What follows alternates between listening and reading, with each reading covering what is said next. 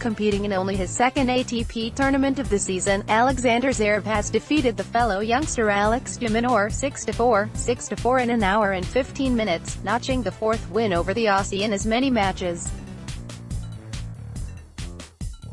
Just like against Alexei, Popyrin and David Ferrer, Sascha delivered some huge numbers behind the initial shot, firing 13 aces and losing 10 points in 10 service games, never facing a breakpoint and mounting the pressure on de Minaur, who couldn't match that pace.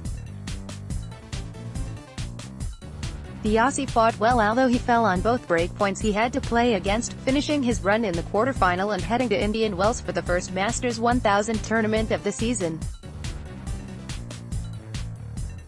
The German closed the match with 25 winners and 22 unforced errors, keeping the points on his racket and letting Alex hit just 4 winners, defending well and covering the court beautifully.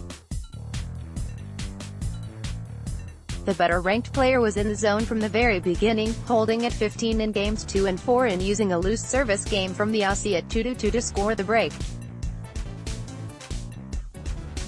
Alex wasted 4 game points and had to pay the price after a double fault and a wild forehand that secured the lead for Zverev.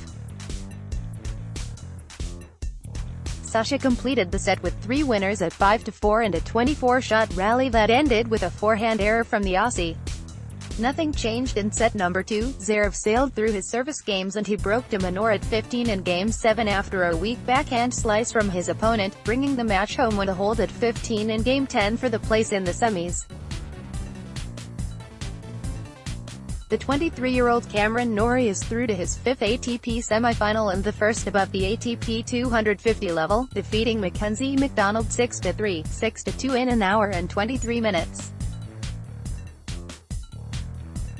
The American has been in a great form in the last 2 weeks, although he stood no chance today, losing half of the points behind the initial shot and scoring no breaks since Cameron saved all 4 break points he faced.